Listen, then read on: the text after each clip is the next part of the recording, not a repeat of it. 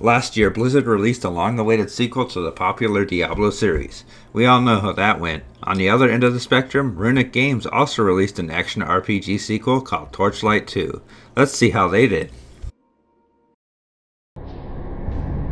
Deep beneath Torchlight, a darkness gathered. The story continues the adventure that was set in motion by the first Torchlight game as a new set of adventures takes the mantle. Told through some very artistically stylized cutscenes, they fill you in nicely on the events surrounding your adventures.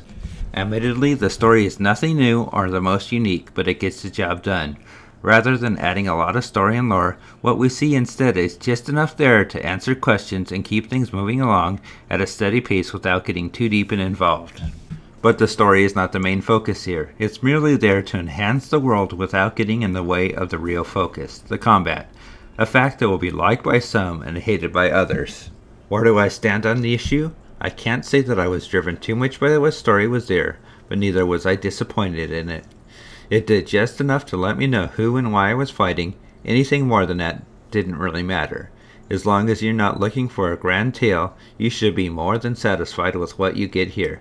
Sure, they could have done more with it, but there was nothing there that would have hindered the rest of the game. With that in mind, I give the story a solid B. As we all know, a game with the wrong sounds and music can just kill immersion. Scenes and levels that were meant to convey emotions of importance or sadness can just be utterly ruined by a misplaced song conveying the wrong feelings altogether.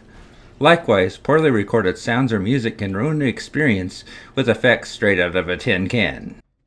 Thankfully, Torchlight 2 suffers from neither of these. Both the sounds and music do a wonderful job of bringing you into the world that Runic has crafted.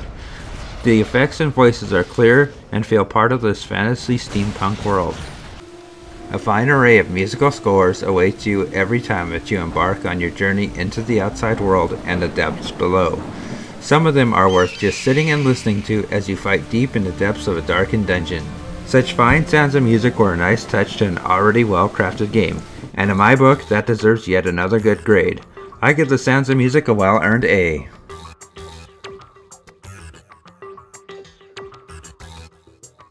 Featuring quirky stylized graphics, Torchlight 2 feels like a throwback to simpler times when a dungeon adventure game didn't have to be dark and depressing. It could be bright and vibrant, almost whimsical. How does that work out today? For those looking for a dark and gritty dungeon experience, they should look elsewhere. What you get here is much more vibrant and lively, with bright colors and stylized character and enemy designs, one that beckons to yet another former Blizzard game, Warcraft 3.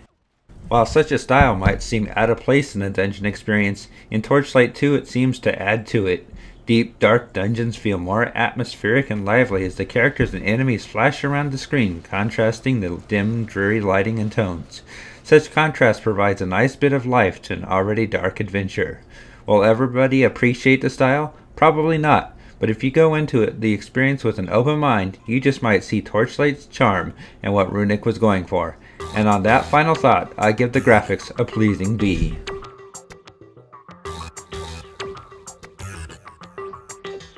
Much like in competition, Torchlight features randomly generated dungeons to explore and defeat waves of enemies within. The two are similar in that respect. They both do their best to emulate the classic formula of Diablo 2. Their differences begin at the presentation of classes. Where Diablo 3 has rigid and predefined class statistics, Torchlight offers a much more open experience that allows you to pick all stat points manually. This is similar to the system that we were all familiar with the previous Diablo game. Paired along with the open statistics is the gear system. Rather than limiting what equipment that you can use based upon class, almost all equipment is only limited by statistics, allowing anybody with the appropriate skills to wield most weapons and armor, such as an outlander in heavy armor while packing a cannon over his shoulder. And let's not forget about the pet system. Rather than limiting you to a single pet class, each and every character has the ability to choose a companion to stay at his or her side, and these furry friends do more than fight. Having them can eliminate one of the biggest dungeon exploring frustrations, running out of space. While other games would force you to run back to town to sell or gather supplies, Torchlight 2 lets you send off all your junk with your pet along with a shopping list. This allows you to sell and purchase supplies without leaving your current location. That's one useful little buddy. Added with that, food items fed to your creature can change their abilities and appearance for a short period of time, in effect giving you an even bigger assortment of choices. That's not to say that the gameplay doesn't have weaknesses. While there is an open class system in pets, there is nothing that Torchlight does that has not been done before. Instead, it's like coming back to an old friend that you've not seen in a very long time. It just feels and even looks like something from the previous generation. And that can be a good thing if you're looking for something that feels and plays just like the previous Diablo title. And for me, it was more than enough. And with that in mind, I give the gameplay a stellar A.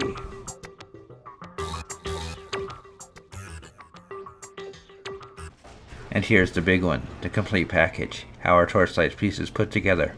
Are they joined in all the right ways to make a masterpiece, or jammed in so poorly that they form a jumbled mess? Let's find out. I'm pleased to say that Runic has done a fine job in crafting Torchlight 2 into one of the best games of 2012. Sure, they did little to change the formula, but what Torchlight did, it did well. And when you find a formula that works well, the worst thing that you can do is change it too much and ruin the experience. All in all, you know what you'll be getting here, a Diablo 2-like experience. Sure, the graphics are a bit funky and the lore isn't as in-depth as Diablo's, but when it comes down to it, that's not really what the game is about. No, when you're battling through endless hordes of creatures, the one thing you'll be thinking about is what kind of loot will you pick up next, and there's plenty to find here. And here's the best part. Unlike the other action RPG of 2012, it won't cost you an arm and a leg to play, nor will you get the famed Error 37 here. Instead, you can pick this one up for the low price of $20 and play offline or even via LAN. How refreshingly classic. And when it all comes down to it, all these months after release, I'm far more likely to fire up one more than the other. And that lucky winner is this one, Torchlight 2.